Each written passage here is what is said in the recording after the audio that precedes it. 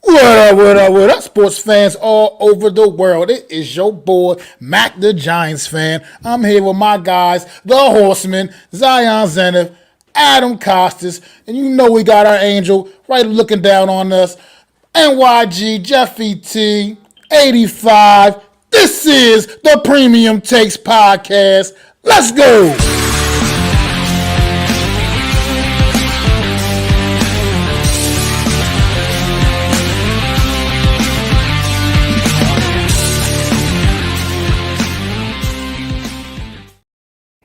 How's the fellas doing today on this nice Sunday night, man?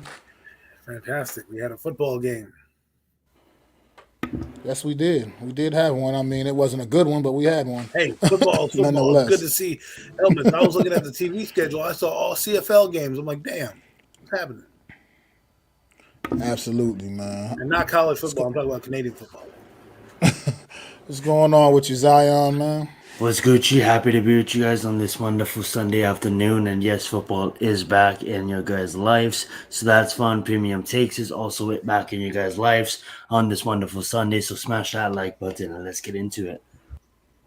Absolutely, and we're gonna dive right on in, man. We gonna get right with it, man. We got one more division to cover here, folks. One more division to cover, and it is our area of expertise here on this panel, as we are all proud New York Football Giant fans. So it's only fitting that we got the NFC East on deck for y'all today, man. We get ready to break this all the way down and give y'all our opinions, how we feel about things, how we think it's going to go down, and answer a few, burning questions.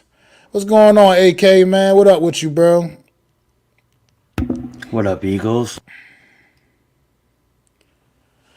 But let's get with it, man. NFC East, man. Who wants to take it away, man? Zion, you take it away, man.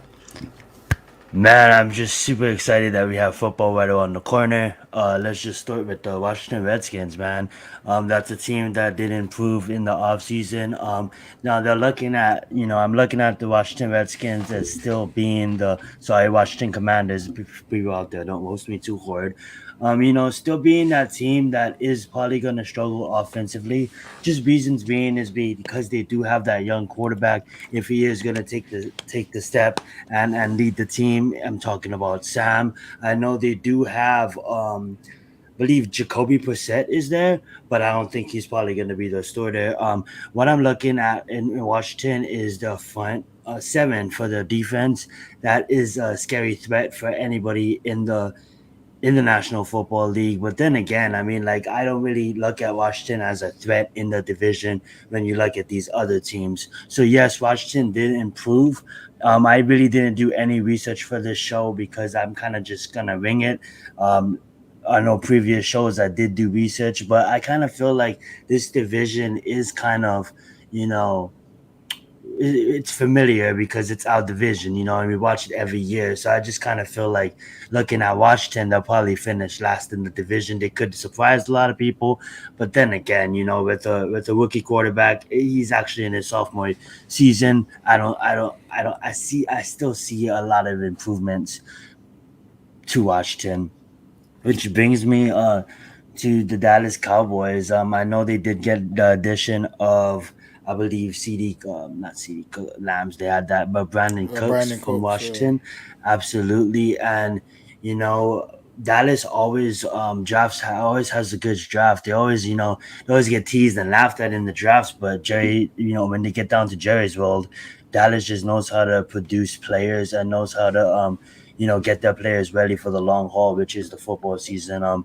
not worried too much about Dallas, only being is because obviously Dallas is going to be a threat. They're always going to be a threat for the division. They're always going to be a threat for the NFC championship game. They do have one of the better defenses in all of the NFC, only topped by probably San Francisco, maybe the Saints. But outside of those two, I mean, like, Dallas's defense is right up there, with some of the best defenses that the National Football League has to offer. May not have the big household names, but then again, the people that they do, they always find to make themselves household names, So I have Dallas actually finishing third.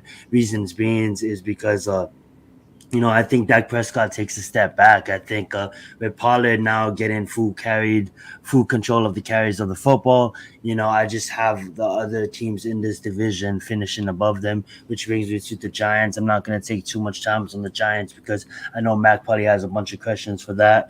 But I have us finishing in third. I'll just leave it at that. I'll get into my reasons for that later. And then I have the Eagles until proven otherwise. I mean, like the Eagles improved and they have the best roster in one of the best rosters in the National Football League, yet alone the NFC. So that being said, I mean, like the Eagles, we could maybe sneak a couple of, I'll get into my opponent's records and what I think we're gonna do within the division.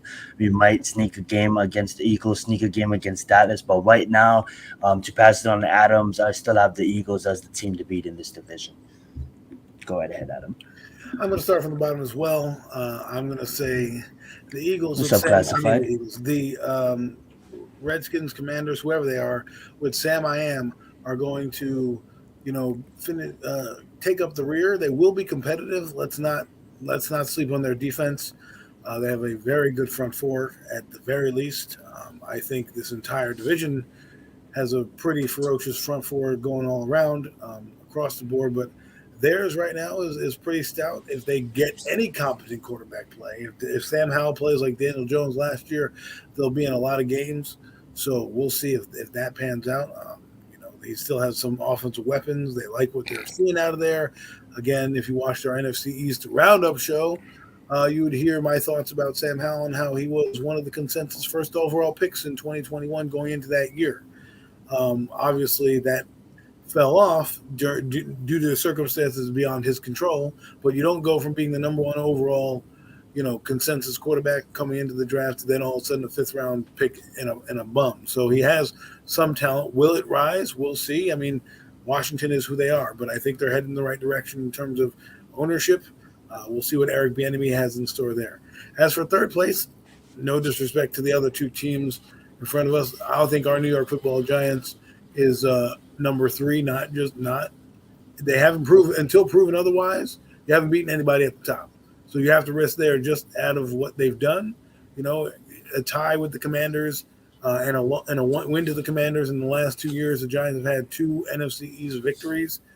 That's not good. So they're third place right now until proven otherwise. They obviously have a quarterback who's in the second system. He's doing pretty good here in practice. Again, it's practice. I'm going to take everything with a grain of salt, good, bad, or otherwise, until they strap it up and I can really see what's happening. You don't really know what's happening. But, it's a good test for them next week. Go against Detroit, get some new faces to go up against. That'll kind of give us some idea of what we need to work on going forward. And then the next team I have is the Cowboys. I think if you listen to Jerry on NFL Network last week, or this past weekend, Saturday actually, a couple days ago, yesterday, he was saying how he's liking his team and what Mike McCarthy has done to change up the offense and how they're tweaking it to make it more Dak friendly. So we'll see if that improves Dak Prescott. Last year, Dak Prescott has most interceptions he's thrown in a season. Whether that's due to the injury or him pressing, we will not know. But people forget the guy threw 37 touchdowns the year prior. So I don't think that just falls off a cliff that easily. So I think the Cowboys will tighten it up a little bit, make Dak have some easier throws, some easier reads. Remember, they still have Tony Pollard, who's very explosive out of the backfield, and a plethora of weapons that they're going to bring, when healthy, to a team near you. But I still think they're slightly better than the Giants, and they're slightly not as good as the team I'm going to say right now in the Philadelphia Eagles. You are the champions for a reason. Okay, they won. The previous years, the Cowboys won, right? So remember, they had to dethrone the Cowboys the year before, so they are the reigning champs until told otherwise. Acknowledge them, as Roman Reigns would say, right? So let's see how they do this year. I don't think they're going to win 13 games or 14 games. I do see them winning about 12 games this year because the schedule is a little harder. You have to take that into account. You have to take the fact that you've been in the Super Bowl into account. Everybody in the NFC is going to get everybody's best. They're a playoff team. The entire NFL knows it. The teams that are going to come in, it's not like last year where certain teams like the Giants, didn't have to worry about things because we're not a playoff team. We have low expectations. Everybody in this division has some type of expectation, whether it be playoffs for the bottom two teams or Super Bowl for the top two teams. They've got their expectations, so everyone's going to come in hard. And not to mention our schedule is pretty tight with everybody. So any little minor slip up could cost them the first seed, the second seed, as they're fighting throughout this season. So, anyways, I've rambled on enough. Eagles, it's going Eagles, Cowboys, Giants for me. Eagles, Cowboys, Giants, Commanders for me in the NFC East. That's how I see it playing out. Good stuff, fellas. Good stuff. Well, you guys both got the division shaping up the same way.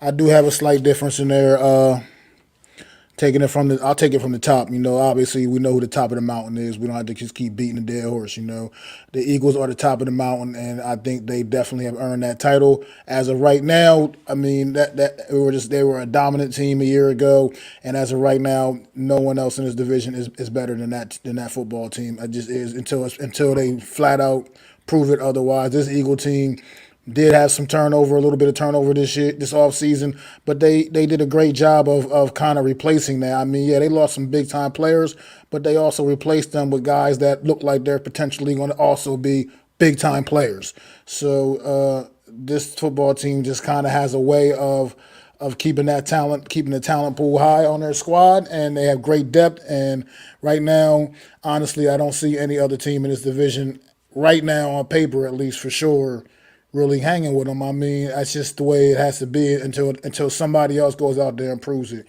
Second place, I do have the New York Giants leapfrogging the Dallas Cowboys this year because a year ago, yes, the Dallas Cowboys came out on top of the Giants, second place in the division as the Giants were third. But the New York Giants were playing what I consider basically a JV team a year ago. I mean, a lot of the guys on the team from a year ago are bagging groceries right now, and that's just a fact. They're not even in the NFL anymore. And these are guys that literally the Giants were counting on a year ago. So I think that the Cowboys did not dominate us in a way with that team. And I feel like the improvements the Giants have made, I just feel like coaching is going to come. It's going to come down to coaching with the Giants and Cowboys, and I think we got a coach that can outcoach the Cowboys coach, and I think that's what it's going to come down to. I think we have slightly more talented football team, a slightly more confident football team, and I think they made some moves this offseason that's going to make this offense a lot more explosive than what it was a year ago. And I think the defense is definitely going to take a big step up as well. I think the key with the New York Giants, honestly, is that offensive line more than anything. If that offensive line can be at least average, just be average. You don't have to be a top 10 O-line. Just be at least average. And I think the New York Giants are really, really going to be a team that's going to surprise a lot of people this season because they're still not getting quite that much. They're still not getting quite a bit that much love. Dallas Cowboys. That's third place for me, man. Dallas is a team that I feel like they just have a way of getting in their own way. And you mentioned it, Dak coming off of a rough year a season ago. And yeah, I don't necessarily. That could have been an anomaly. We don't know. Dak's been pretty solid throughout most of his career, and last season could have been an anomaly with all the interceptions, all the mistakes. But I don't know. I'm not sure, man. That's still he has to go out and prove me wrong on that as well because at this point in time, the mistakes he was making a year ago. Like he's the type of player at this point in his career where those kind of mistakes shouldn't be happening now. That shouldn't just all of a sudden be coming out now in his game. But I mean, he's got some talented receivers out there. They've got a solid O-line. They've got a great defense. Tony Pollard is he's a home run hitter, but he's also in a new role this season as he is now the man. And we'll see how he takes on that role as well. I mean, there's a lot of key changes there. And then this Zach Martin thing, what's going to work out, pan out for this Zach Martin thing? I know he's an offensive guard. I know that's also like we saw with the running back situation this past offseason with our own running back Saquon Barkley. Offensive guard is also a position that is not held in high regard as far as on the pay scale in the NFL. But Zach Martin is absolutely one of the absolute very best at what he does, and that's a key factor for them as well. So that's a big-time player to not be out there, a guy that's a captain of their offense, I'm sure, and he's a leader. I mean, all-pro offensive lineman, interior O-lineman, and that can make a difference and have an effect as well. They drafted young Miles Smith early in the first. I mean, in the first round this year to help try to tighten up that run defense. But he's a rookie. We still don't know if that's going to fix their problems when it comes to in that regard. And we got the best running back in the division. I believe that those things are going to be factors in why I have the New York Giants leapfrogging the Dallas Cowboys. And the Washington Commanders are a little bit just a lot more of the unknown. Sam Howell, man, we don't really know what to expect from this kid, man. Ups and downs so far throughout the training camp, like as to be expected, though, from a young guy stepping in, getting his first opportunity, to be the guy, to be the man out there. So don't really know what to totally expect, but they also have some weapons on Washington, man. Terry McLaurin, Jahan Dotson, the tight end is still there, I believe. Logan Thomas. I mean, they're pretty tough. That one thing I've been hearing about rumblings in Redskin camp is that offensive line. Coach Ed, shout out to Coach Ed, man. He brought this to my attention this morning, man. That the offensive line in Washington has been struggling quite a bit, and that could absolutely be terrible for a young quarterback trying to find his way in this league. Well, So I but mean, aren't their they going defense up is. against a good defense though? They are allegedly. I mean, supposed to be going up against a good front seven, but at the end of the day, struggling. They're going to be doing that in this division period. Within this division period, like you mentioned earlier, Adam, all four teams in this division have very good front fours. Man, all four teams in this division do. I think this if you were ranking the divisions based off of the front fours, I think the NFC East would clearly be number one in that category for sure. All four of these teams are loaded up front, man. And that's going to be a problem. And it's going to be a problem if their offensive line is struggling. I mean, even though it's against their very, very talented defensive front, I mean, You we'll could see. argue that our Like I defense said, is struggling. I mean, I mean, we'll see. I mean, you can make all those arguments. Like I said, we'll see. That's why we'll see all of that on paper. We'll see. That's all right now. This is all practice. This is all these guys just going against each other. That's why this week with the New York Giants in particular, going to joint practice with Detroit, it's going to be telling. It's going to really give you a better idea of where we really are, because Detroit ain't going to be like they're not going to be probably practicing against our own defense, where they're not going to be recognizing our tendencies. They're not going to be knowing this, that, and the other. The same for the offensive side of football. It's going to be a little bit more of a test. Detroit's going to be getting after it, obviously. Like I said, they got a good hard-nosed coach over there that's going to be making sure they give us their best shot at practice, but at the same time, they'll be also playing each other in the preseason game later on at the end of the week. So it's going to be a good test. But Washington right now, I still think they fall up a little bit short from the rest of the three teams right now, but they're going to be sneaky good, man. They're going to be a potentially very dangerous football team. And we're going to have to, we'll see. Wait and see. NFC East is going to be a great division to watch this year. But that's how I got a shape stacking up right now. I got Philadelphia still at the top of the mountain because right now, I just, on paper, I just don't see anybody better than them right now in this division, honestly. And that's just how I can feel. I'm a Giants fan, but I got to keep it a buck. Right now, the Eagles are the top dogs. I mean, but I do believe the Giants have what it takes to leapfrog the Dallas Cowboys for second place at least in this division this year, because I think the Dallas Cowboys always have a way of imploding and falling apart, and I think we're going to see that this season. What's going on after the huddle, man? Thanks for stopping through, bro. Appreciate you, man. Mitch Koski, man, thanks for coming through, man. As always. He said, are the Cowboy fans here? I want to talk about Dak real quick. Nah, ain't no Cowboy fans on this panel, bro. But you got a question down here. How do y'all feel about Dak, even though they're rivals with y'all boys? Do y'all think Dak is the new age Romo? Dak is an interesting prospect. I think he's a poor man's version of an Aaron Rodgers, if you want to look at that. And what I mean by that is he doesn't really like Romo escapes to an open spot, right? That's how he gets good. He escapes to an open spot. Like when you rewatch Tony Romo's tape, the hardest part about playing him wasn't because he was a scrambler. It was he would scramble to where there was nobody being defense because your gaping hole that was left there by your defensive end or whoever was crashing down. That's where he would reset and throw. Dak's more of like a runner. He's going to try to take off. The problem I think that Dak Prescott had twofold last year. One, I think his thumb was hurting him a little bit more than let on. Okay, again, because he had one bad season and we're trying to throw this guy out with the bathwater. Daniel Jones has one decent season, and we're trying to put this guy on Mount Rushmore quarterbacks. So I mean, let's call a spade a spade. The second thing that I think that hurt Dak was he was pressing a lot, and when that happens is when you're pressing, you're trying to make plays too much, you throw yourself out. So if you look at what Mike McCarthy did with Aaron Rodgers and opening up those running lanes, I think he's going to try to do a little bit of that with Dak Prescott, right? Kind of make him move the pocket, mush rush him a little bit, tell him to, hey, take off and take the 5 yards and slide, and we'll re-rack it and start again. Last year, if you watched the 49er game closely, there were a lot of times where Dak Prescott could have had 5 yards running, but he held onto the ball, waiting for somebody to get open. Then is pitter-patting his feet. Some guy dives with his legs. He takes off late running, trips over, and doesn't get the first down, right? When he easily could have had 5 yards. I think Mike McCarthy will help him in that way because he did that with Aaron Rodgers. I think it's going to be a good marriage here in terms of how the offense is going to play out. And we'll see if I'm right in terms of how he has elevated quarterbacks that he's been around for a long time.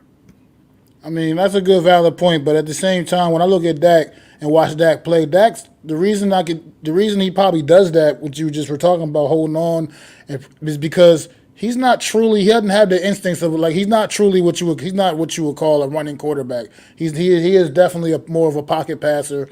He's not he can move. He's not a statue by no means, but he's not like one of those guys that's necessarily instinctively runs with the football. And I think that's for instance, get that clock in his head going, right? Saying, okay, 1, 2, 3, go. If you don't see it on your second read, because a lot of things that they did with Daniel was 1, 2, and he's gone, right? When they're man coverage, Dak Prescott is sitting there trying to read all 5 things and move around. He got comfortable with his offensive line. What he needs to learn is, okay, my offensive line is not as great. I need to take off and run and live to play another down. Because at the end of the day, if your offense is explosive, more chances at bat gives you more chances to score and less time for your defense to be back on the field. Remember, that's why I think their defense also wore down was quick turnovers. I mean, those are valid points. I mean, like I said, you're right. Dak Prescott, his whole career has been solid, and last year like I said, it could have been a total anomaly, but it was pretty bad last year. And considering some of the pieces he had around him, it's almost like that's where I look at it. I'm like, well, let me ask you. He got CeeDee Lamb, who's definitely emerged as a top receiver in this league. You got a couple other guys, like I said, Michael Gallup. He's not a bum. He's by no means. No, he's definitely not a scrub by no means. You had Dalton Schultz last year, who was a very solid tight end as well. You had a damn good offensive line in front of you, and your defense was getting it done as well for the most part too. So it was like, what was the problem with the Dallas Cowboys last year? It's like, well, I mean, it comes down to where a lot of it was on Dak. I mean, you got to put a lot of it on the guy that's getting the big salaries, getting the big paycheck, man. Right. And I'm not disagreeing with you. But Mike McCarthy did address it. He said a lot of the plays were forced, which means tip balls got in the air. You want to eliminate a couple of those, right? He still threw for 68% of his passing numbers, right? So he had 68% passing last year. He still threw for over 7 yards a pass. Okay, and he had 23 touchdowns. Yeah, did he have the 15 interceptions? Yeah, that sucks. He had 15 interceptions. He also played 12 games, right? And he had 23 touchdowns in 12 games. That's 2 touchdowns a game. That's crazy, right? The year before that, he played full 16. He threw 68% passing, 4,400 yards, and he had 37 touchdowns.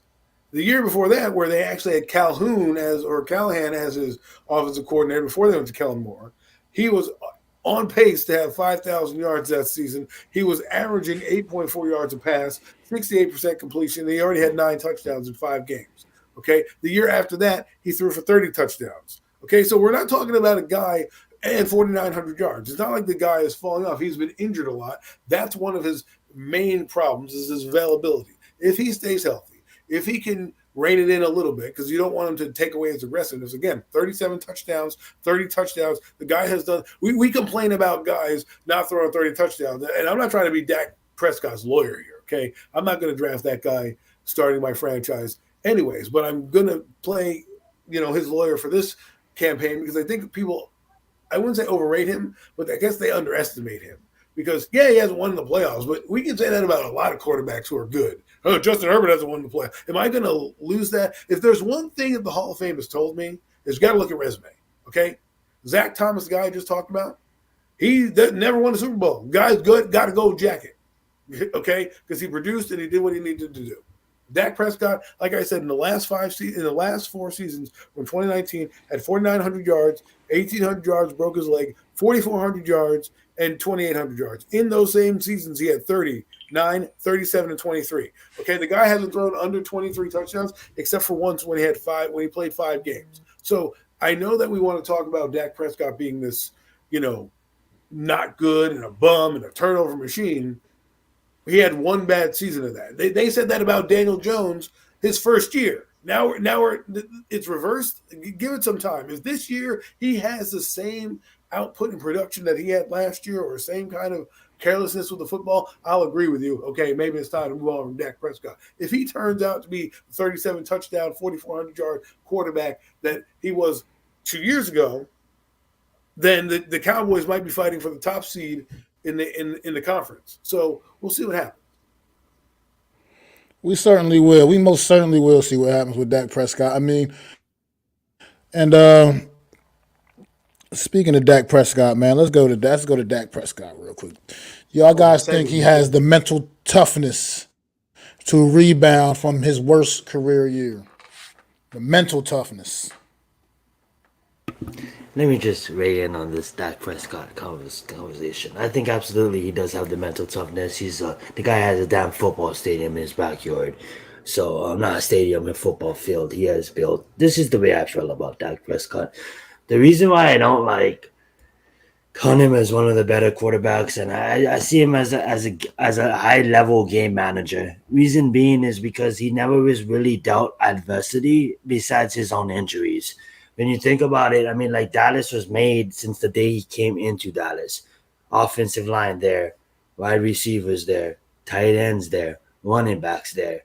So it's he was never dealt the hand that Daniel Jones said was dealt, right? Or the hand maybe that Kyler Murray was dealt, right? Josh Rosen was dealt with a terrible offensive line. You know what I'm saying? Obviously, I'm not going to defend Josh Rosen. The guy sucks. But, some quarterbacks are just dealt other hands. You know what I'm saying? The reason why I'm not going to put Dak Prescott on a pedestal of any top-tier, high-level quarterback is he's just a good game manager. I want to see him in a system that really doesn't have the best offensive line, that doesn't have a CD Lamb, that doesn't have a Jason Witten, that doesn't have a top-level tight end and wide receiver combination or running back when he first came in the league. But guess what? We're not going to get that because the Dallas Cowboys is an American team. Jerry Jones, whether you want to hate him or not, he knows how to run his organization, and the Dallas Cowboys are always going to compete.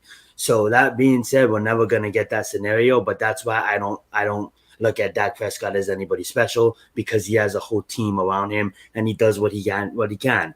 Until he actually goes to the promised land, then maybe I'll respect him even more. But for right now, he's just the ultimate game manager.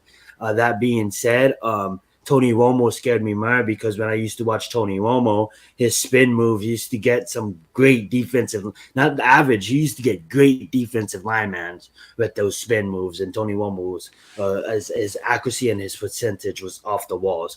But that being said, I don't think the mental toughness will be anything. I think Dak will rebound, have an average. For him, I know our quarterback never thrown for 1,000 and never seen the lights of days of 30 touchdowns. But for Dak Prescott, that's 35 touchdowns, 4,500 yards. Probably not win a playoff game, but that's just typical when it comes to the Cowboys. So I'm used to it. Well, I think you guys know where I stand here, but I will mention something that Johnny you Manziel, said, right? He was a 4th-round pick. So Absolutely. The fact that a 4th-round pick has played 8 years in the league and is starting is amazing. We have to take that into consideration. He wasn't a number 6 overall pick and is underachieved. He came into a team and that was ready-made, and he exponentially got better, whether we like to admit it or not. But let me you finish your point, Adam. But let me just say real fast. That's why when I look at Russell Wilson, I see, damn, okay, he's special because that was a 4th-round pick. You know what I'm saying? When I look at Well, Dak, I mean, like Russell Wilson, outside of the Legion of Boom, and I can't really talk. I'll let you finish that. I'll let you finish your point. Yes. so listen, like we yes, is he a game manager? I guess, but he's still in the prime of his career. He's a fourth Mm-hmm. round pick. He has 24,000 yards. He started out where he didn't have to be the guy because they had drafted Ezekiel Elliott number one. He came in to back up Tony Romo. Tony Romo gets injured. He comes in and throws 3,600 yards, 23 touchdowns, and 4 interceptions. He also had 6 rushing touchdowns that year. If we put those numbers on Daniel Jones's back, my God, I'd be smacked in the face for how great of an NFL season that was for him, right? But that's Dak Prescott for you. He plays for the Cowboys. It's not. See what I'm talking about? Is like when you talk about the Well, level, no, that was great for Dak though, because that was Dak's rookie season you're talking about. So that was. I'm not It questioning was that. great. no, but what I'm saying is the next year he had 22 touchdowns, right? And he's had 3,300 yards, and he had 6 rushing touchdowns again. We would still be high-fiving Daniel Jones. His third year again, still relying on Dak. But that's the thing. I just answered that. But I just answered that. He was dealt a different hand, right? Because he's doing all of that from his first year but with a made offensive line, with made wide receivers. I understand that's unfair. I understand you're that's looking unfair at to judge it. But at the end of the day, we've seen Joe Burrow. The reason why Joe Burrow is so special yeah, but he's is a because fourth we've round seen pick, this man. We're talking guy. about a fourth round pick. You know the probability of a fourth round pick making it in the NFL? It's an anomaly. Okay, I there's 3 of understand them that, right and now I who do are give him selling. his roses. But at the end of the day, I can't. I have to see adversity. You know what I'm saying? If like God forbid, I don't want this to happen. I don't pray on injuries. You know what I'm saying? I mean, like we seen over the span of 5 years where our quarterback from the New York Giants did not have a single offensive line, did not have a single receiver playing with damn practice squad members. Dak Prescott had never dealt with adversity like that. Team adversity. If you look at the teams that Dak was on, every team that Dak was on was promised the promised land, was hyped up to the promised land. Maybe outside of two, but for the span of 8 years, everybody hyped up the Cowboys as ready to compete now, team ready to compete now. So Dak was never dealt the hand that maybe these other quarterbacks was dealt. That's why He for never was me, dealt the I don't hand look Daniel at it. Jones was dealt Look, ever. He's never been in that Absolutely. situation. He's never, and Absolutely. that's just facts. That's let just me ask you facts. this question. He's never been in a situation like that. That's fine. And I don't, situation doesn't mean nothing to me because it's the hand you're dealt. That's the teams that drafted you. I don't give a shit that he That's got true. drafted to the Cowboys and they decided. But that's to what help makes out Joe the Burrow so quarterback. special, and I'm that's just. why I can say that Joe Burrow I is finish? special. Let me finish But I what I'm can't saying. say the same for Okay, Dak. because when the Cowboys are sitting there picking Dak Prescott in 2016, they had no aspirations of that guy probably ever starting a game in his No. life. He comes in as a 4th round pick. You're talking about Joe Burrow, who is number 1 pick overall. You're talking about another guy, and I forget the other guy you mentioned name. Kyler Murray, number 1 overall. This guy's a 4th round pick. So the fact that Kyler Murray hit Dak Prescott, Kirk Cousins, and Russell Wilson, all drafted in the 4th round. One's going to Hall of Fame, right? But they all put up numbers and they all done things. If you tell me now that a 4th round pick, because let's see what our 4th round pick was Ryan Nassib. He did nothing in the 4th round. There's been a ton of 4th round quarterbacks. I don't know, Kyle Aletta. But that's the thing, Adam. Yes, I don't care about where you was down or what pick, what number pick. It you still doesn't have matter that to talent, me. bro. Brock Purdy was brought into a great team. Brock Purdy carried his team to the playoffs just because it's a team. Brock Purdy was whoever San Francisco gets, it's a team. San Francisco's made to compete. Dallas is made to compete. It doesn't matter if Mr. Irrelevant can come in. It doesn't matter because the team. Brock Purdy is not dealt adversity. If Brock Purdy was drafted by the Giants and Daniel Jones got hurt with the team that we had, you think that Brock Purdy is going on this 9-winning streak? Absolutely not. Dak Prescott was brought into a team ready to compete. Brock Purdy was brought into a team ready to compete. That's what I'm making my point. You can continue. No. You know what? It just to me, I look at it differently than most people. I don't look at the fact that you came into a team. You're drafted in the 4th round. The probability of a guy doing what Dak Prescott is doing, lasting 8 years in the league, rising to the occasion when he has an opportunity to, is unheard of. The fact that 3 guys do it, and 2 out of the 3 guys we bust their balls, right? Kirk Cousins, 4th round pick. We don't like that guy. Oh my God, all the guy does is produce. But then we don't want to talk about numbers. But then we talk about the Hall of Fame, and we're looking at the Hall of Fame and how do people get in? They get in with numbers. right? Not everybody is going to be dealt the hand that they're dealt. It's how you perform while doing it. Do I think Dak Prescott is a game manager? Yeah, but I think he's above average. We got to look at what he's done. I know he's had talent, but there's a lot of guys who's had talent who haven't performed across the league, the NFL. Guys, you're like, oh, this guy still stinks. You know what I mean? Like no one's hit what he has, and he's had people have had similar type talent to him. You got to give credit sometimes to the guy itself. We always want just to, oh well, it's this, it's that, it's this. Yeah, Joe Burrow is special. I get it. Dak Prescott is special in his own right for being a fourth round pick and defying all the odds. I mean, here's my thing with Dak, and it's how what the mental toughness thing with me. I want to see if he can overcome. I'm not sure if he can or not because here's my thing with Dak, and this is how I feel about it.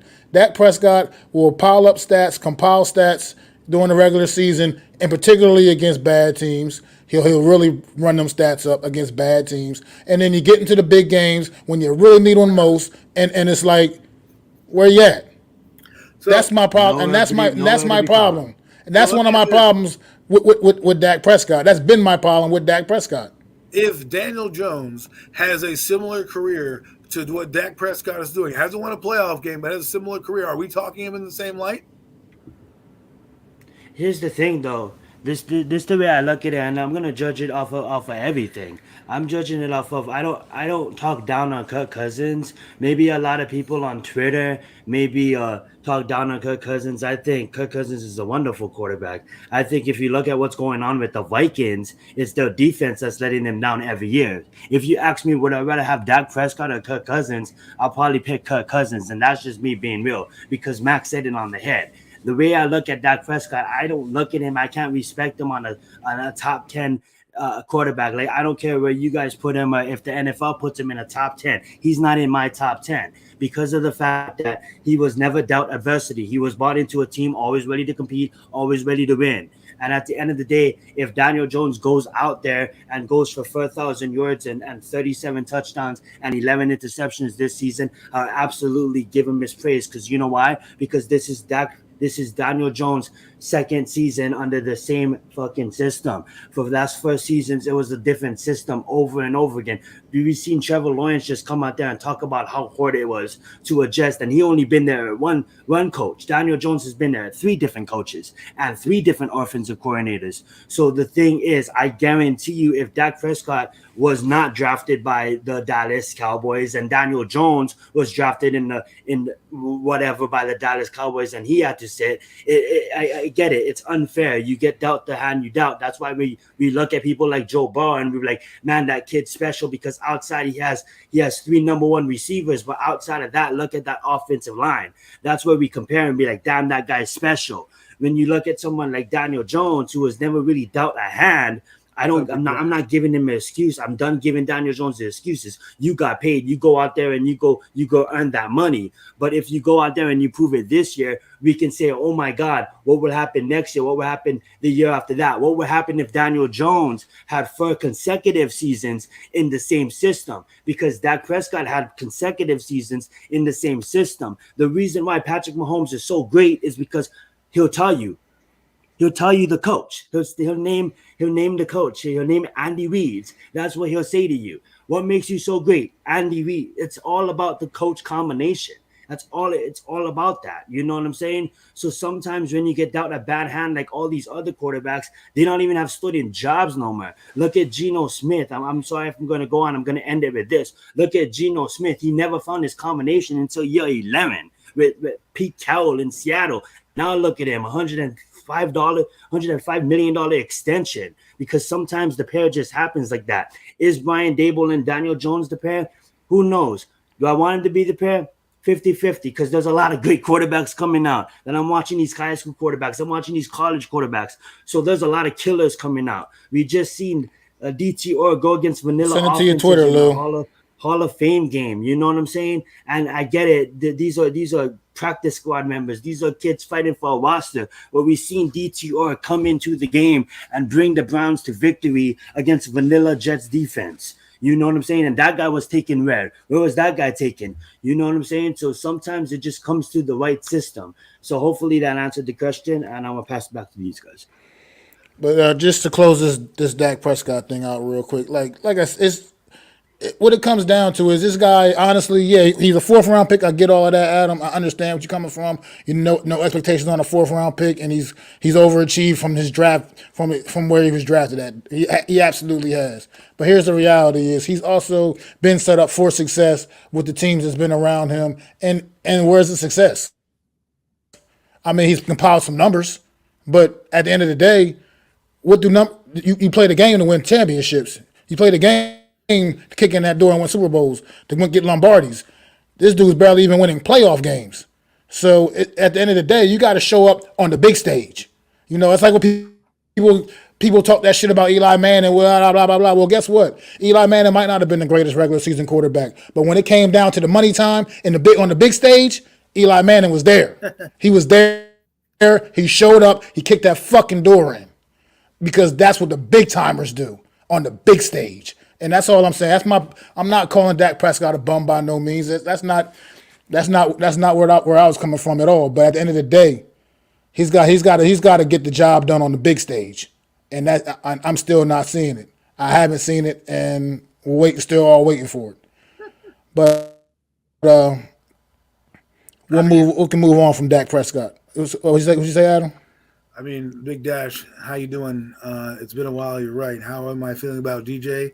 Well, I mean, I guess not as good as I feel the same way Mac feels about Dak Prescott. This is how I feel about DJ. Because if we're going to throw shade on a guy for what he's done, then that's how I feel. But anyways, DJ, I don't know, man. Let's see how he does. Here's the thing about DJ. Right? Thank you, After the Huddle. Here's the thing I want to tell people about DJ. I like the guy. Okay, but the thing that people tend to take me, like, try to rip my head off about is my stance on him just being average, right?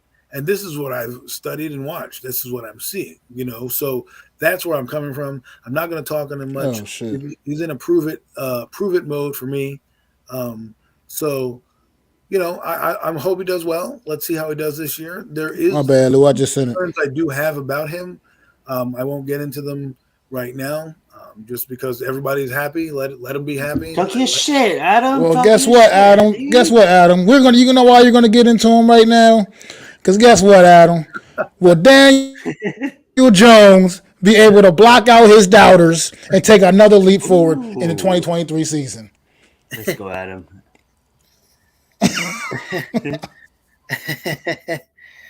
Oh, well, I guess we have to talk about him now since he's on the show. Well, Big Dash, sit back, get your popcorn, because now I'll go in a little bit. So look, DJ to me, here's how I look at it. All right, I was listening to NYG 22 this afternoon for a little bit, and he does a great show. His football show on Sunday mornings. I forget what it's called, but go check him out. He is doing it around 11:30. Alex. He was talking about DJ, and he was saying something along the lines of, he didn't like DJ to begin with, right? And then he now watched DJ, and now he likes DJ after, watching film and seeing some of the games. Well, I was that nut who studied DJ coming out. I actually liked DJ coming out, right? I liked him a lot. I thought he was going to be a giant player. I did endless tape work on the guy. If you don't believe me, I have a friend who I can call right now, Chris Bucco. He'll tell you. I was the only guy in 2019 who was like, yeah, this is going to be a guy. Everybody, even the biggest names you hear on YouTube all have a reaction video of like, what the hell is going on? Why'd you pick a freaking accountant from Duke? Blah, blah, blah, right? I'm sitting here looking, I turned to my girlfriend and said, you know what? That's the giant quarterback right there.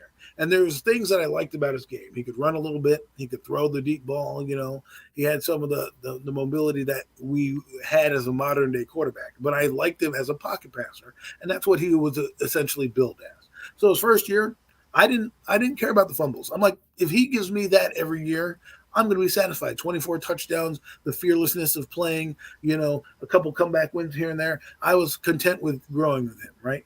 Then the next year, we kind of regressed.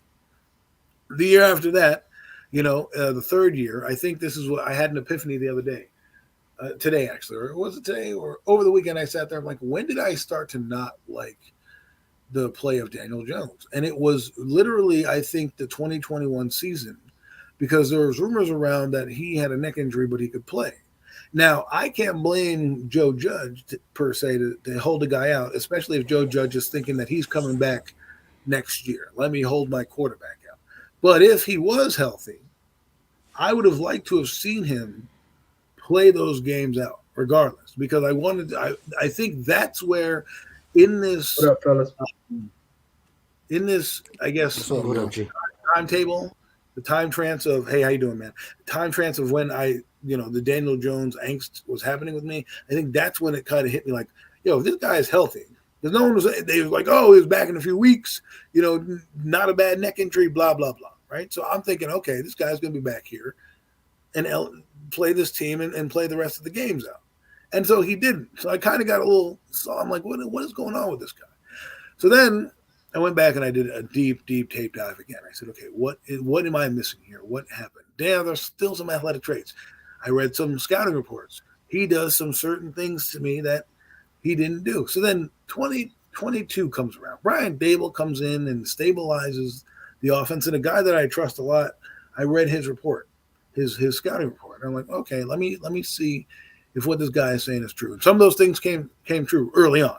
And I'm sitting here like, maybe we need to rethink this. Now he comes out last season and has what I believe are average performance. Nothing great, nothing like earth shattering. He's playing quarterback. He's not fumbling the football. He's competent. He's throwing the ball. I know he's throwing it to bums and janitors and school teachers and ice cream men. Yeah, I get all that.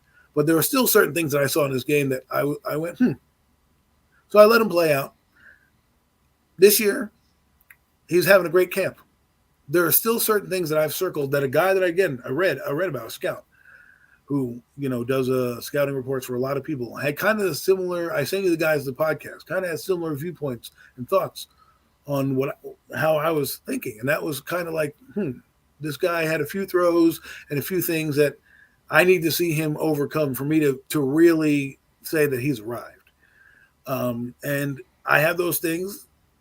And I still see them now, even in the practice videos and reports. I'm still hearing, he's making these throws here and there, but there are still certain things I want to make sure to see that he's crossed. That if he does that, then he'll be good. Like, I'll give you a little nugget because I don't want to give you all my sauce and all the ingredients because then we won't have a show here, right? I can't give you everything. Did you think Julia Childs gave you all the ingredients to her top recipe? No, but here's one.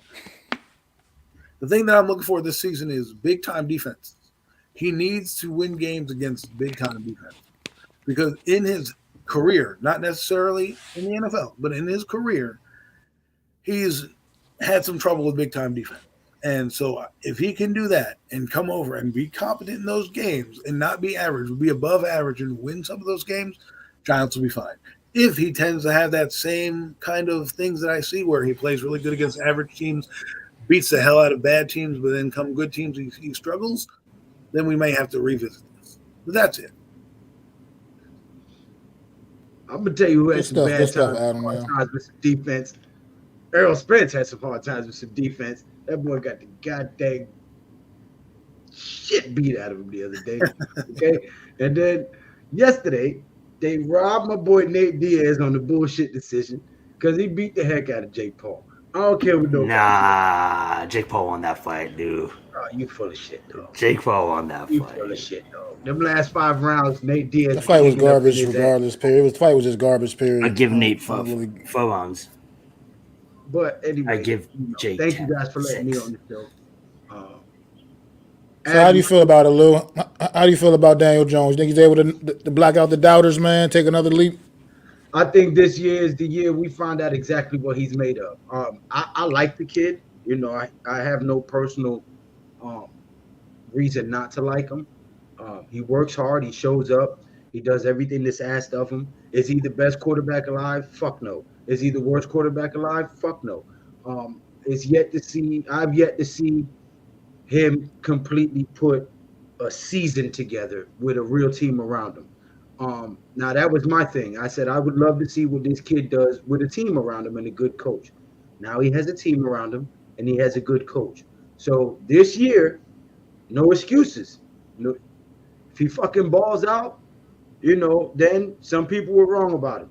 If he fucking falls on his face, Then some people were wrong about him. But at the end of the day, I'm a Giants fan, so I'm rooting for the kid to ball the fuck out because I want to win. You know what I'm saying? And as long as he wears that Giants jersey this year, I'm a root for him. Now, I think he has a hell of a lot of pieces around him now. Jalen Hyatt, Darren Waller, Saquon Barkley, Paris Campbell, Darius Slayton, Sterling Shepard. Got a decent offensive line that needs a little time to gel, but he's in the second year of a system that he actually excelled in, albeit that they lowered his deep passing. A lot of people don't look at the stats that deep. He didn't throw the ball deep a lot last year, which Never had time to. That's something else. right. He never had the time to. True, but that helped his QBR because they had him throwing mostly intermediate routes and short routes. So, it kind of looks like they were padding the stats, but they knew what they had and what they were weak at. So they designed the offense based on their strengths and trying to avoid their weaknesses. Now they've shored up some of them holes. I'm going to be interested to see how much of the playbook they open up, and how different this offense can look now. Are we going to run more of a 12 personnel? Are we going to come out in 3 wide receivers? Are we going to, I want to see what the coaching staff is thinking about this season. All right, Zion, how you feel about it, bro? Can you repeat the question one more time? Is Daniel Jones be able to block out his doubters and take another leap forward Yeah. this season? Yeah. To echo what both fine gentlemen said, I mean, this guy's finally, he has the same system in year 2.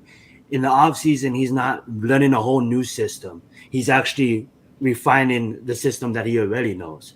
When you bring in someone like Darren Waller, when you bring in someone like Hyatt, even Bryce, I'm looking at this Bryce kid. He's 6'4", one's a 3.38 or something ridiculous like that. You know what I'm saying?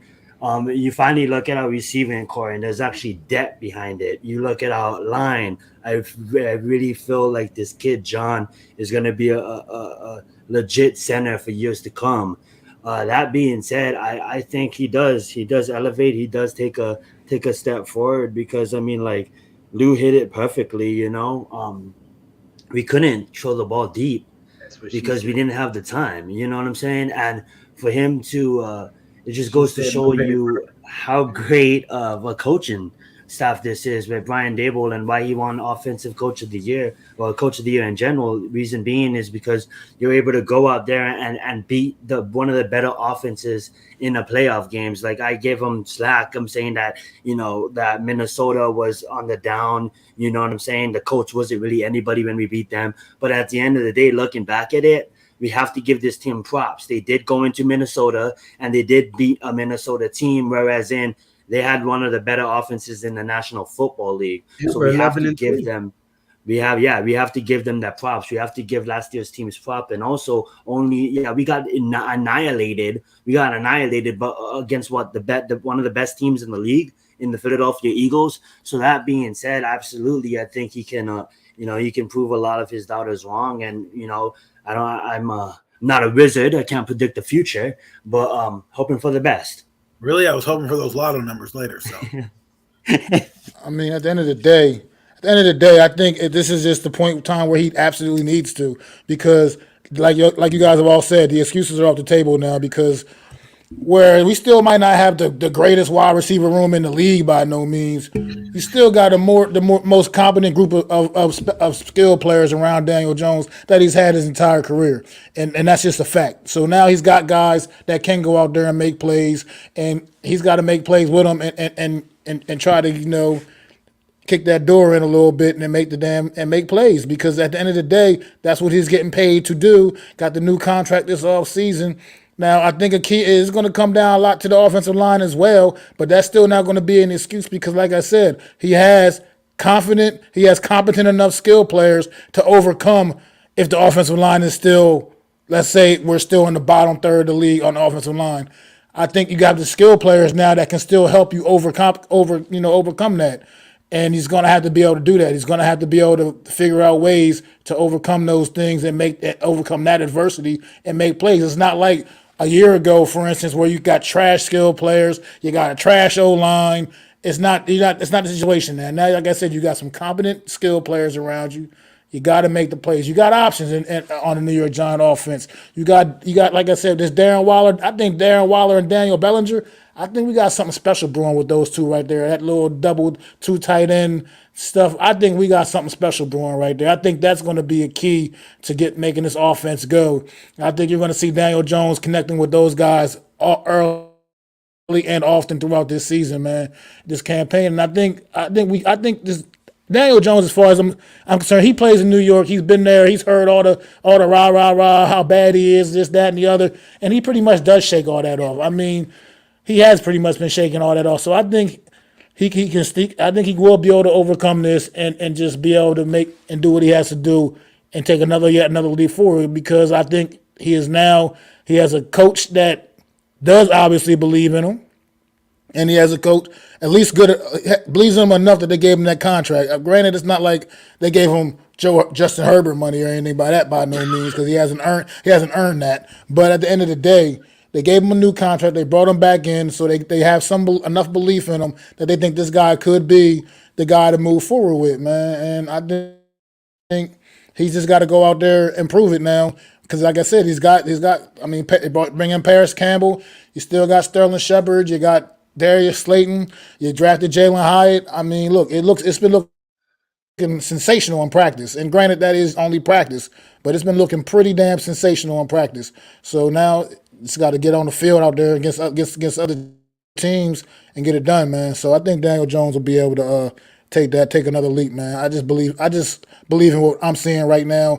This guy looks more comfortable. He looks more confident. Also, another thing, his teammates believe in him. Like, a lot of teams aren't going to throw their guys under the bus necessarily. You know what I mean? But at the end of the day, these guys not only don't throw Daniel under the bus, they also go to bat for Daniel Jones. Whereas on other situations, if other guys feel like, their guy is trash, they might not necessarily throw him under the bus, but they're also not going to go to bat for him either. You know what I mean? These guys got Daniel Jones back. They go on social media and when people try to trash him, and they got his back straight up to the media, everything else. So they believe in him.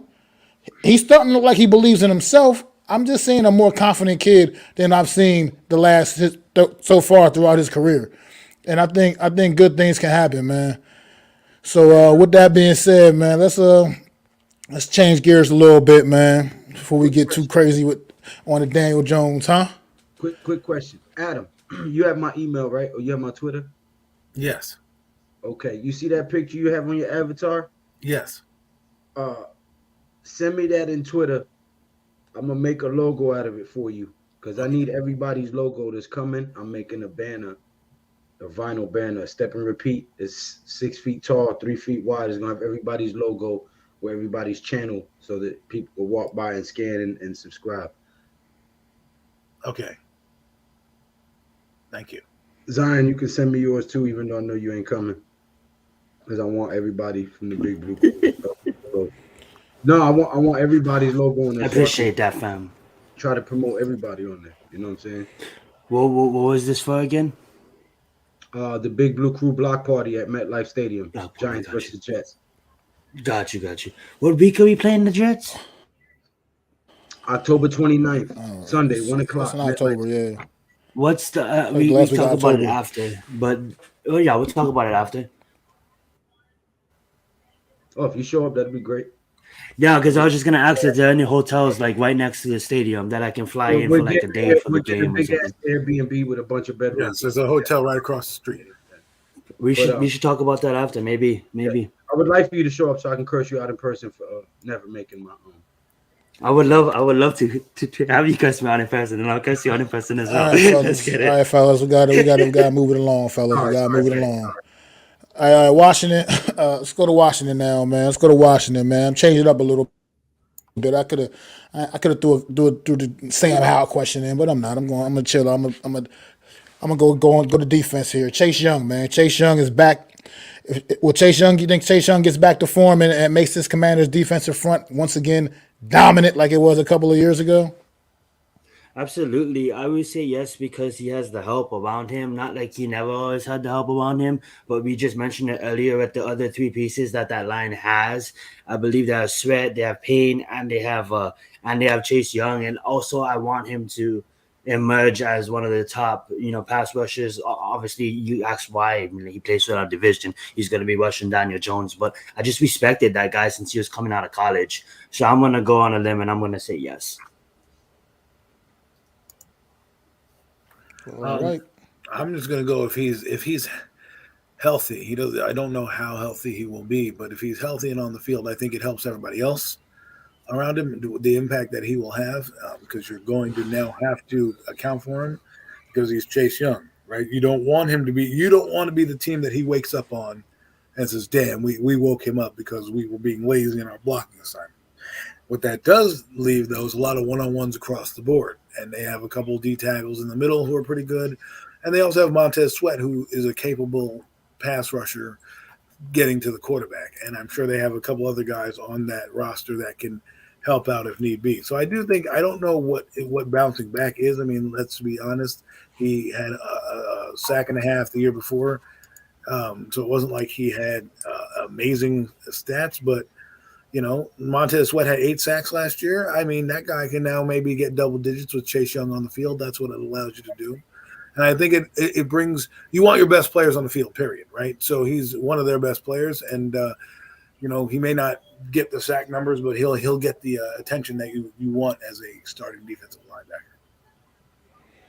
Want to take this one on, Lou? Oh, I'm sorry. What was the question? Do you think Chase Young gets back to form and makes the Commanders' defensive front dominant once again? Oh yeah, just not against the Giants. Yeah, I think Evan Neal. I think Andrew Thomas, John Michael Smith. I think Azudu actually is going to make the lineup this year. Um, hopefully Glowinski can hold up until McKeithen steps up. But I think this offensive line is going to surprise a lot of people, man. And that in itself is going to make the Giants so much better. But if we were talking about Washington, I think Washington's defense. I said this on Popular Opinion Sports earlier today. I think the Giants and Washington are going to be the ones who are leading in this division this year. I think Dallas is going to implode. I think Philly's going to regress. So I think Washington is actually going to have an outstanding defense. Their offense is suspect, but I think their defense is what's going to keep them in games and win them games. So to answer that question, yeah, I think he'll make a big mark on that defense this year. All right. I mean, look, I don't follow Washington super close, but everything I'm hearing from Washington camp, Chase Young is looking real good, looking like he is coming back, getting rounding back to form, and look, this guy's out there, man. That Washington defensive front, they held their own for pretty much last season, but it wasn't quite the same. There was something definitely missing. I think Chase Young is definitely what that something was, and I think this guy is going to get back out there and make a difference, and that's what's going to keep Washington head above the water throughout the season because they're going to go through the ups and downs with their young quarterback on the offensive side of the ball, and I think the defense is going to be what's going to keep them competitive. And I believe they might not be quite as good as they were a few years ago when they really had were like a top 5 defense or something like that a few years ago. They're not going to quite be back up to that point maybe, but at the same time, I think he does bring back some serious credibility to their defense, and I think it's going to make a difference. And I think we can expect to see some good things from Chase Young and that Washington front. As for the Philadelphia Eagles, y'all. Because I think there's something here that the Eagles have been. There's something that has been, been underplayed a little bit with the Eagles, and it's can they overcome losing both of their coordinators and sustain their dominance at the top of the division? Are you asking us or are you answering us? Yeah, I'm asking it, you guys. Yeah, I think. Go ahead, Lou. I don't think they will. I think them not signing a running back to be the workhorse, that means they're either going to do running back by committee, and a lot of RPO with Jalen Hurts because they like the element that he brings with his legs. But I think he takes too many risks with his legs. I think they go a little bit overboard with the amount of times that they run him in the plays that they designed for him to run with. And I think that he gets hurt and they end up regressing as a result of it. So I don't think they even make the playoffs this year. As we know, it's hard to repeat and go to a Super Bowl back to back. Um, Damn, Lou. Well, Got I them can't missing the can't playoffs. knock Holy cow. can't knock the running back because they did get DeAndre Swift, who Yeah, was a that's back from out Detroit. of Detroit, and they also had Rashad Penny. So two guys that are Yes, yeah. capable of toting the rock for Still that had Kenneth team. Gainwell too, Right. and So it's Boston not. Scott. Get it I'm over. not necessarily saying that they're not going to be able to run the football, but they will have a capable runner back there. I think the team is not necessarily going to win 14 games, but they might win 12 games, 11 games, because I just think the schedule is that much harder for everybody.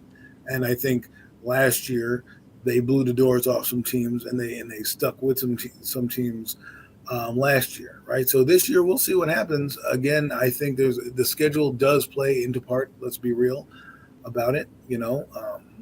We may not want to talk about it, but that's the truth. They got a lot of teams that are. We played the entire AFC East, right? Those all four of those teams are playoffs or Super Bowl. That's what they're looking at, right? So I don't think they've done. I don't think they're going to miss much with their coordinators because let's be honest, offensively, Nick Sirianni ran the offense, so they'll be fine that end.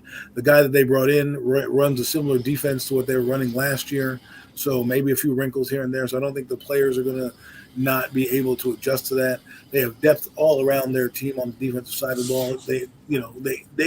They had 70 sacks last year. I mean, 70 sacks. I mean, if they crap half of those, right, 35 sacks, that's still a good season. So I think they're not going to fall off too far defensively. Their back four are pretty good. Their linebackers are evolving. They just got Miles Jack and Zach Cunningham. So those are some good depth pieces if those guys make the team. And then their front four, they got guys that can rotate in between Montez Sweat, Brandon Graham, Fletcher Cox, Jordan Davis, Jalen Carter. Need I go on? That not to mention Nolan Smith, who's absolutely Nolan Smith and Jalen Carter are absolutely having fantastic camps over in their respective areas of play. So I think the Eagles are going to be who they are. I don't think they're going to lose that much in terms of continuity. What I will say is I just think the schedule's harder, so I think every game for them is going to be crucial because they're going to need to fight for that number one seed to get the home field advantage because that's how they won last year. If they don't get home field advantage, it could be if let's say 49ers get it, I don't think they'll be able to make the Super Bowl again, but if they do happen to get home, they could possibly make it. Good stuff, Adam. Good stuff, man. How you feel about it, Zion? Yeah, I'm gonna have to agree with that one. I mean, like you look at the Eagles, and when I look at the AFC, there's two teams that come in mind, right? Top of the mountain. You look at the Bengals, and you look at the cream of the crop, which is the Chiefs. And you look at the NFC. The two teams that come in mind is San Francisco and the Eagles. These are organizations that made the proper moves these last couple of years to set up success for the long term. Well, yes, they have lost their coordinators, but at the end of the day, it came down to Jalen Hurts' game, it came down to the team's game, and it came down to Nick Sirianni's coaching. At the end of the day, the SEC 2.0, bringing in all these Georgia players again. Adam just mentioned them. Nolan Smith, absolutely beast. I don't know how anybody would let him fall, but they stowed him right underneath the draft. You know what I'm saying? And then look at Carter, who they drafted early on. That being said, man, the Eagles are gonna again compete. Now it is Adam did brought up a good point about the schedule being difficult, but despite injuries, they're ready to compete for another one. They remember that loss and they're trying to get back there. I think going on to the division, we'll probably get into that a little bit later. I can see a splitting with the Eagles, so they are going to take a step back. They're not going to be that dominant force, that 70 sacks, that undefeated for a while until they met Juan Rivera in Washington. They're gonna take a step back, but they're still going to be a tough out for any team. And I have a splitting with them. I have a still in the game from them. But that's what I think. Go ahead, Lou. You had something to say? They're a good team, and I don't disagree with none of you guys' points as far as their defense is sound. It's scary. Their defense, be 100, right? Their defense is serious. But tell me who's their backup quarterback? Marcus Mariota. Mariota. Right. Who throws how many picks? So if Jalen Hurts gets hurt running, and you got Mariota out there with two running backs who are in their first year under this system. I You just know, feel like Lou. I just feel like the running back gameplay and Marcus Mariota. Maybe I may be biased because I am from the islands, but I think Marcus Mariota is a great game manager. Obviously, he makes a lot of mistakes. We've seen it. I don't know if anybody completed a quarterback on Netflix. Bomb eight chapters. It covers Marcus Mariota and the Ooh. mistakes he makes.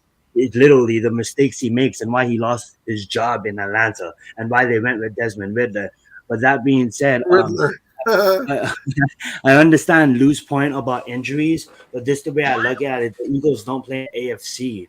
Outside of San Francisco, outside of the Saints, maybe the Vikings, maybe Dallas. It's the NFC. There's not really that main threat like the AFC. You can go, the list goes on for days. How much good teams are represented in the AFC? If the Eagles played in the AFC, it's a whole different question. But being that they have one of the better rosters in the league, and Nick Sirianni proven to be a really great head coach, I think if Jalen Hurts does go down, Marcus Mariota, Swift, Has he that proven to be a really head coach? I mean, like he just took them to the Can he do it consistently though? See, put it this way. I'm don't just do put it it once. put it this way because I know Mac wants to get on the question as well. Put Yeah. it this way. You know that Super Bowl where they call the refs call that flag on that hold. Cornerbacks do that all the time, and refs don't call flags. Now I'm not trying to say that the Chiefs shouldn't have won that Super Bowl. Patrick Mahomes could have found out a way, but it's not like that. Like that last call was kind of BS if you ask me on that hold because cornerbacks do that all the time where they tug the Hey, you a jerseys. Giants fan or what? What's I'm a going on here? Giants fan, but I'm a realistic fan. I'm just saying, like that's I say he's a great coach because he took his team in his second year of coaching to basically the promised land. Now he didn't win it, Back-to-back playoff but appearances. yeah, I mean, at the end of the day, look, this Eagle team is loaded with talent, man, and it's just no other way to slice it. I don't know no other way to put it. This team, this offseason, like I said, they lost with Hargrave, they lost C.J. Gardner Johnson, whatever, but they still find a way to plug in other pieces that may not be quite as good as these guys, but we also don't know they might be as good as them. They just find a way to just keep their roster absolutely loaded. I mean, Marcus Mariota can feel any way we want about him, but he is probably the best backup quarterback in the league, and he plays for the Philadelphia Eagles, a team that has also one of the best starting quarterbacks in the damn league.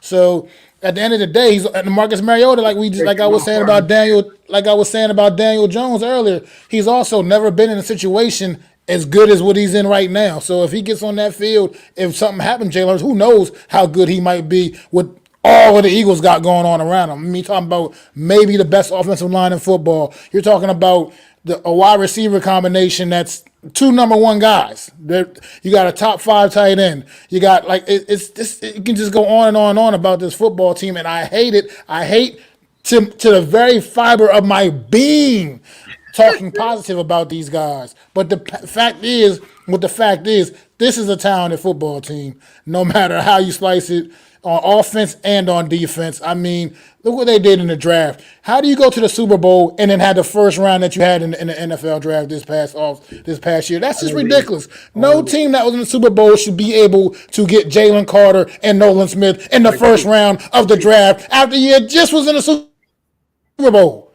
That shouldn't happen. Well, called But yet the Eagles, it happens. They get the second day of the draft, they make a trade and get DeAndre Swift for like a 5th round draft pick. What? Like, what is? I don't understand how this team can. That's how they can sustain the success that they sustain, man. Because their depth is out of this world. That next man up thing.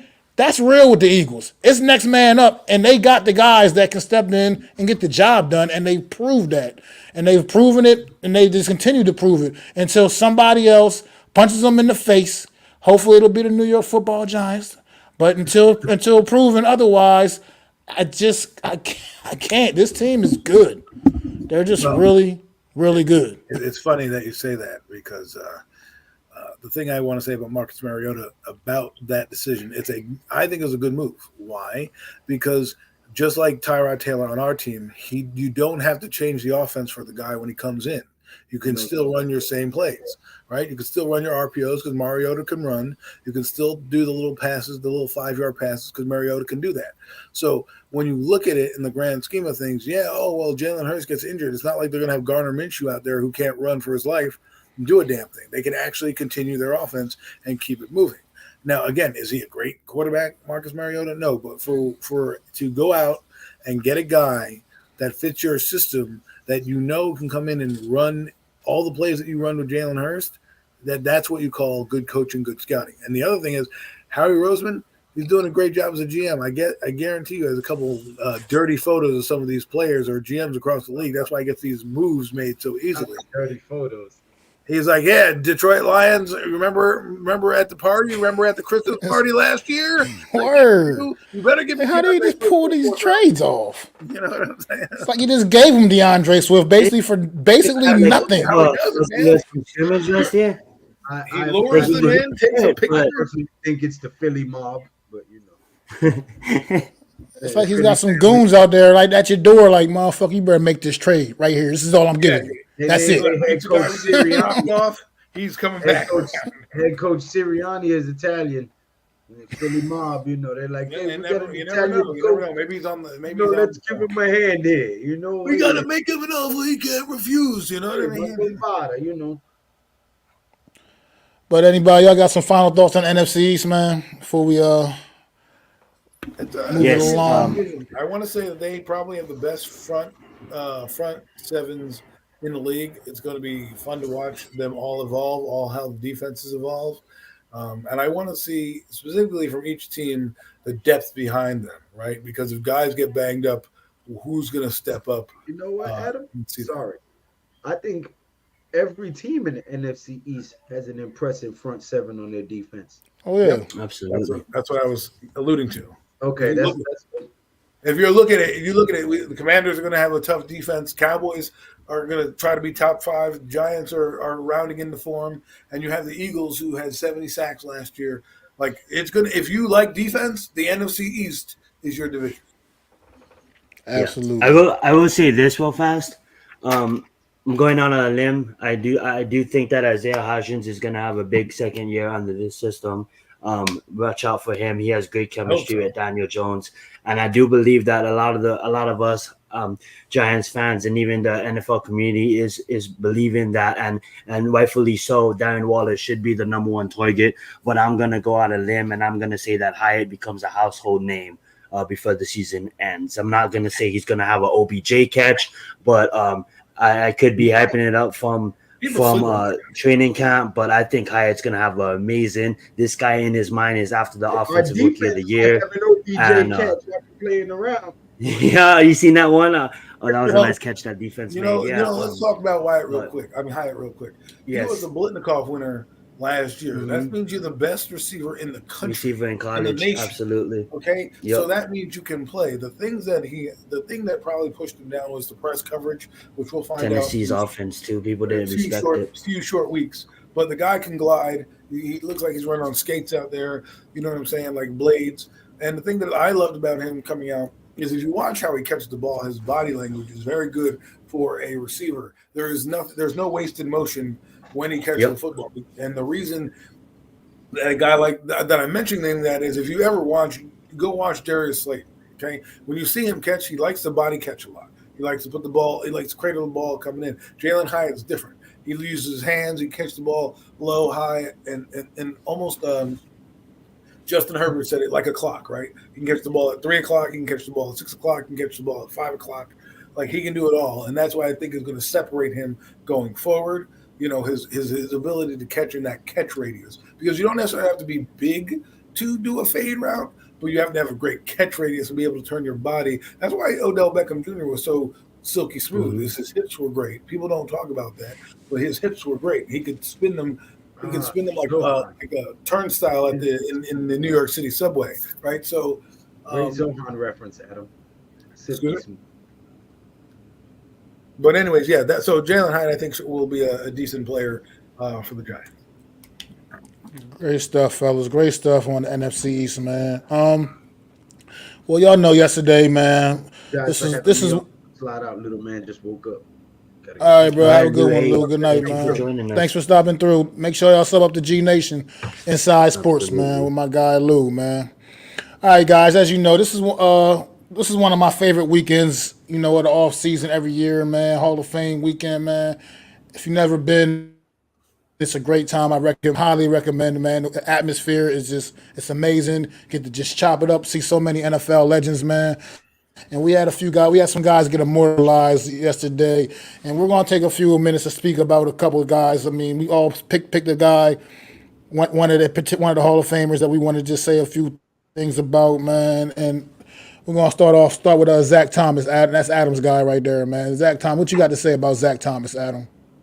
What we should have said was you should have saved the best for last because Zach Thomas is the best Hall of Famer, that going in right I now. didn't see him headlining. He didn't headline the show yesterday, brother. That's because you know why? That's Zach Thomas. He wasn't headlining his whole year. He was a 5th-round pick coming out in 1996. Okay, out of Texas A&M. Jimmy Johnson was like, "Yo, bro, you're gonna be my starting middle linebacker." 12 years later, bang, only averaged 120 sacks a year ever since he played. I mean, one of the best linebackers you never hear about. One thing that people forget, Zach Thomas was 5'11", people. He was a small guy. He was running around amongst these giants. I absolutely love Zach Thomas coming out. Not coming out, but coming into the NFL.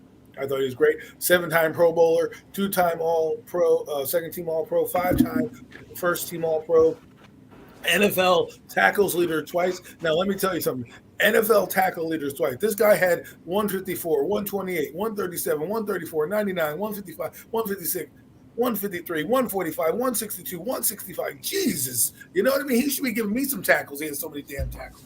You know what I'm saying? Like, this guy was a stud when he played. When we talk about status, this is what I mean. A guy who's never won a championship, but he played above his means. Remember, what year was that? What round was Zach Thomas selected in? Oh, don't worry, folks. I got it right here. 5th-round pick out of Texas Tech. A guy, do you know what a 5th-round pick back in the 1990s was supposed to do? Play special teams and hold the door for you. That's about it. This guy comes in and steals the starting middle linebacker job with a guy in Jimmy Johnson, who's a Hall of Fame coach himself. So Hall of Famer, knows a Hall of Famer. Zach Thomas, he also had a great speech thanking everybody and thanking the late, great Junior Seau for helping him round his game out. Look, I could go on for hours talking about Zach Thomas. You guys need to go do your own homework, need to do your own research, do your own film study, and you'll see what I'm talking about. If you watch a game with the Miami Dolphins and you were watching defense from the mid-90s to about the mid-2000s, 54 was in your television screen every single defensive play. Zach Thomas was absolutely amazing. You're absolutely right. True legend of the game. And I'm glad he finally got his just due and got that gold jacket, man, because it was well deserved. Well deserved for Zach Thomas, man. Definitely was an overachiever. As you say, like you said, a lot of people didn't want him. And found out something interesting yesterday. He is the first player ever from the Texas Tech to make it to the Hall of Fame, the NFL Hall of Fame. The very first Shout player out to from a Texas. big ass school like that. You would think like he's the first one from that school to ever make it to the NFL Hall of Fame. Now we all know there's going to be another guy, a few more some years down the line that's definitely going to be following in those footsteps. One Patrick Mahomes, when Yes, he gets sir. there. But but We'll have right two now, guys. that's unbelievable. I was unbelievable when I heard like, damn, Texas Tech. No one from Texas Tech ever made the Hall of Fame. That's unbelievable. But Zach Thomas is now, check that box for Texas Tech Red Raiders. All right, man. Next up, man, we got Zion. He's going to say some Yes, things yes, yes. about Mr. Revis Island. Absolutely. This guy was the definition of a shutdown cornerback in the National Football League. I remember first watching him when I first started watching football back in the early 2000s. This guy came in the league as the 14th pick out of Pittsburgh. to the New York Jets. He drafted in 2007. This guy has been to 7 Pro Bowls, first-time Pro Bowler, a first-time All-Pro. Remember the 2009 season was probably his best season he ever had. This guy had 31 pass deflections on 5 interceptions. Like when you talk about Revis Island, there's a definition of it. Like, quarterbacks did not look to his side of the field. It was almost like the Richard Sherman effect. He was Richard Sherman before Richard Sherman. It was Darrell Revis. It was Revis Island, shutdown corner for a reason. One of the better cornerbacks to play the game of football. Definitely in my top 7, might even be in my top 5, worthy of the Hall of Fame. And one thing that I do want to mention, one play that really stuck out to me that I might post it as a short on my YouTube channel was back in 2011. It was a Monday Night Football. They was playing against the Miami Dolphins, and the Dolphins was driving. I believe it was 3rd and 7 on the Dolphins 20, and he intercepts the ball in the red zone and runs it back for a 100-yard interception, pick 6. The Jets gets on the board, but truly great guy to watch and never shied down from a challenge. I did love what he said in his Hall of Fame speech. He did give thanks to Deion Sanders for paving the road, and definitely Darrell Revis is the best cornerback to ever the best Jets cornerback to ever play. And a lot of people look at Sauce Gardner as this up and comer, and yes, Sauce Gardner looked at Darrell Revis growing up, and he was one of the players that these guys used to watch. All these great cornerbacks that you see in this day and age. Obviously, he didn't play an entire season with the same team. He did move around. He played in Tampa for a bit. He did win a Super Bowl with the Patriots against the Seattle Seahawks, but during his prime, nobody wants to get matched up against Darrell Revis. So congratulations on you, man, for making the Hall of Fame, and I'll pass the mic back to Mac. Good stuff, Zion. Great stuff. And Darrell Revis was obviously one of the absolute best to ever do it. I believe him and the next guy we're going to be speaking about were the only 2 first ballot Hall of Famers in this class. And I am going to be talking about my guy, offensive tackle Joe Thomas, because this dude here, man, all he did was come in 2007, number 3 overall pick out of the University of Wisconsin, Joe Thomas. Joe Thomas, this is the humility of Joe Thomas, man. Obviously he was a top prospect in the draft that year. Definitely got the invitation to come sit in the green room and waits for his name to get called. But Joe Thomas, what he does, man. He says, it's Saturday, man. I go fishing with my dad on Saturday, so I'm gonna just go fishing. Y'all give me a call when somebody picks me. Just and he didn't have to wait long. He didn't have to wait very long. Number 3 overall pick, great draft class 2007. Part of an amazing draft class, by the way. A couple more guys will definitely be getting in the Hall of Fame out of that class. Patrick Willis, Adrian Peterson, a couple of it was a great draft class. But Joe Thomas, man, he endured his entire career in Cleveland and a horrible football team. Never once did this man ever play a postseason football game. A guy the caliber of Joe Thomas, a guy with his resume, and he never got to experience a postseason game in the National Football League. Let me talk to you. Joe Thomas, career 2007 to 2017. 6 times first team All-Pro. 6 times first team All-Pro. 2 times second team All-Pro. This man was an All-Pro in basically his entire damn career. He was an All-Pro. He made 10 Pro Bowls. His first 10 seasons in the league. He played 11. His first 10 seasons in the league, he made the damn Pro Bowl. The only guys that's done that? Lawrence Taylor, I believe Lawrence Taylor, a couple other guys, I can't remember, but yeah, it's only like 4 or 5 guys that ever did that. First 10 seasons made the Pro Bowl. All decade team in the 2010s, man. This dude blocked for like 20 different quarterbacks because that's how pathetic the Cleveland Browns were, that during his career, he blocked for that many different quarterbacks. like 7 different offensive coordinators. All this man did was put his hard hat on every day and go out there and give it his all regardless. He was unfortunately part of an 0-16 Cleveland Brown team, and he was still out there balling. If nobody else was, he damn sure was. Joe Thomas, he's the epitome of greatness, man, because a lot of guys in this situation would have hung it up, would have quit, would have said, I can't deal with this. They'd have cried, went on just crying, moaning, groaning, whatever, Nah, not Joe Thomas, man. 10,000 plus consecutive snaps before he missed one. That's an insane number. This man pretty much played almost every snap of his career. From his rookie season on till, he only missed time early in his last year of his career with an injury. He got some kind of triceps injury or something, and missed some games that season. Like, Joe Thomas was absolutely the epitome of dominance at the left tackle position, man. Those numbers don't lie, and this man's accolades were just through the roof, and he did it while playing for pretty much the length of his career. They're probably the worst team in football during the duration of that time.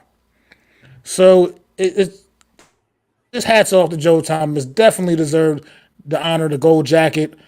The man is still doing great things. He still does some commentary work a little bit here and there for the NFL. Just a great family man. Had his kids introduce him, his family, his kids and his wife introduce him at the Hall of Fame yesterday. It was just a great moment.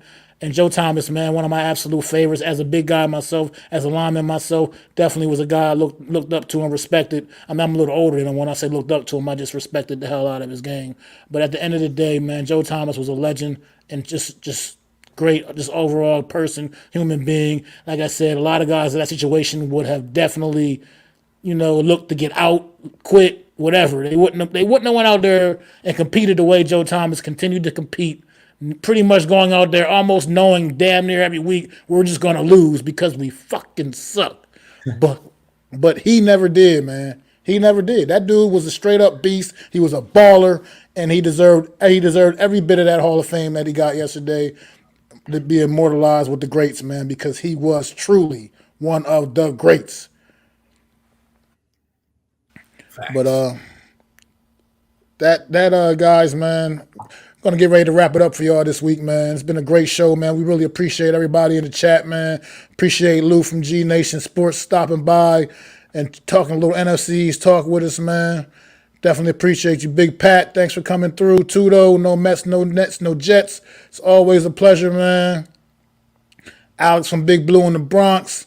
Big Dash, definitely a pleasure. AK, man. Philly halftime. Guys, all been great, man. We really, after the huddle, man, thank you for stopping through. We really appreciate it, man. We are the 4 Horsemen of You Tube. Myself, MacDaGiantsFan, Adam Costas, Zion Zenith, and y'all see our guy up here in the corner always looking down on us, keeping us safe, man. Throwing up them fours for our guy, NYG Jeffy T85, man. This has been another edition of the Premium Takes Podcast. Peace!